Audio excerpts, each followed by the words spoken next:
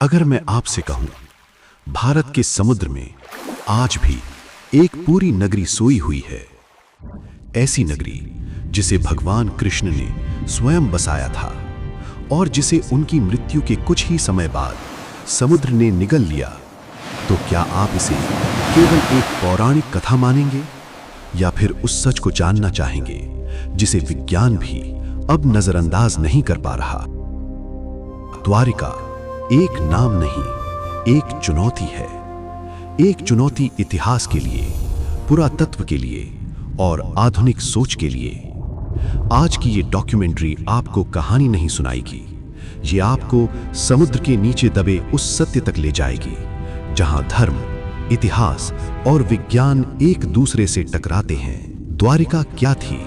शास्त्र क्या कहते हैं? महाभारत और भागवत पुराण के अनुसार मथुरा छोड़ने के बाद भगवान कृष्ण ने एक ऐसी नगरी बसाई जो समुद्र के बीच थी, जो अभेद्य थी, जो शत्रुओं से सुरक्षित थी और जो अपने समय की सबसे उन्नत नगरी थी। इस नगरी का नाम था द्वारिका। द्वारिका कहां बसाई गई थी?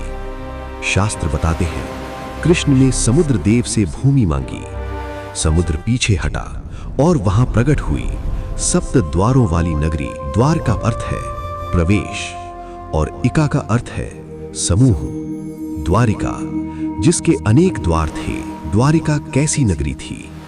भागवत पुराण के वर्णन के अनुसार स्वर्ण और रत्नों से जड़े भवन, चौड़ी सड़कें, जल निकासी की उन्नत व्यवस्था, बंदरगाह और सुव्यवस्थित प्रशासन।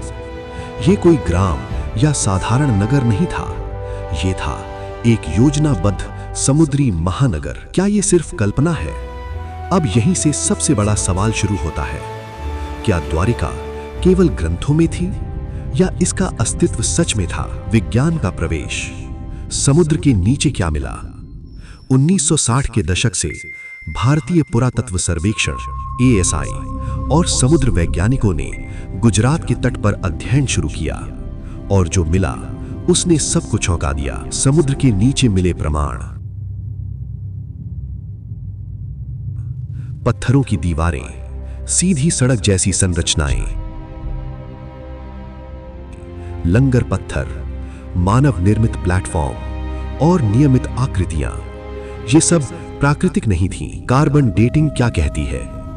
कुछ संरचनाओं की कार्बन डेटिंग से संकेत मिला, ये अवशेष 3000 से 5000 वर्ष पुराने हो सकते हैं, यानी महाभारत काल से मेल खाते हैं। ये निर्णायक प्रमाण नहीं, लेकिन ये कहानी को नकारता भी नहीं। द्वारिका कैसे डूबी? भागवत पुराण कहता है, कृष्ण के धरती छोड़ने के बाद समुद्र ने अपनी भूमि वापस ले ली। धीरे धीरे नगरी डूब गई। वैज्ञानिक दृष्टिकोण। विज्ञान कहता है, समुद्र स्तर में वृद्धि, भूकंपीय गतिविधि, तटीय कटाव, इन कारणों से कई प्राचीन नगर समुद्र में समा चुके हैं। तो सवाल उठता है, क्या द्वारिका भी उन्हीं में से एक थी? सबसे बड़ा रहस्य, द्वारिका के अवशेष पूरी तरह उजागर क्यों नहीं किए गए? कारण सरल है, क्योंकि समुद्र के नीचे खुदाई अत्यंत कठिन है। प्रमाण मिले हैं लेकिन निर्णायक निष्कर्ष नहीं, और इसलिए द्वारिका आज भी खड़ी है आस्था और विज्ञान के बीच। द्वारिका का प्रतीकात्मक अर्थ। द्वारिका सिर्फ एक नगर नहीं थी, वो प्रतीक थी धर्म की स्थापना का, अधर्म से रक्षा का और मानव सभ्यता की उन्नति का। और जब कृष्ण चले गए तो वो व्यवस्था